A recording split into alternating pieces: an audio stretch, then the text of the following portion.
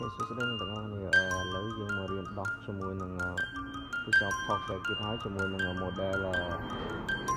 Huawei P30 Pro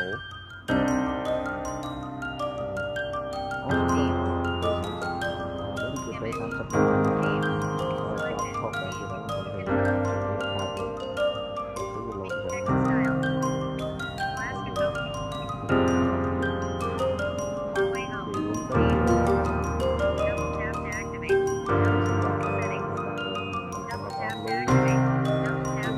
cái đó là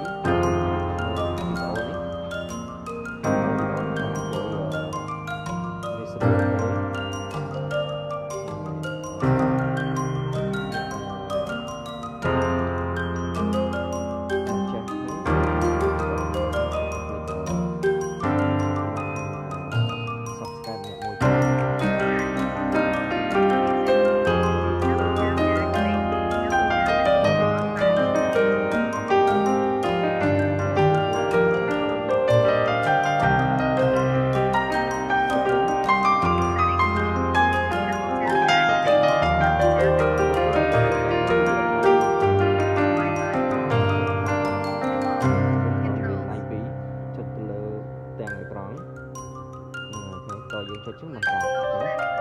rồi xin chị dương ấp cái P30 dương cho nước chút ấp cà té dương cho ấp cà té ấp bà làm đó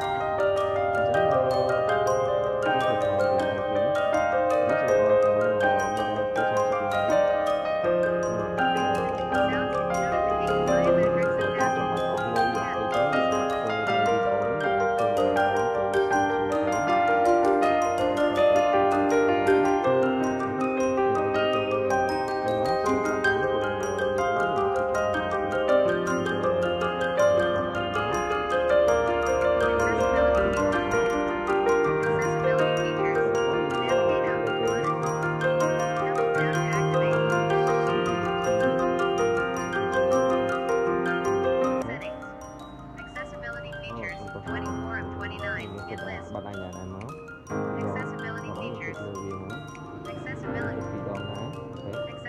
nên bằng còn cái đặt Talkback, ok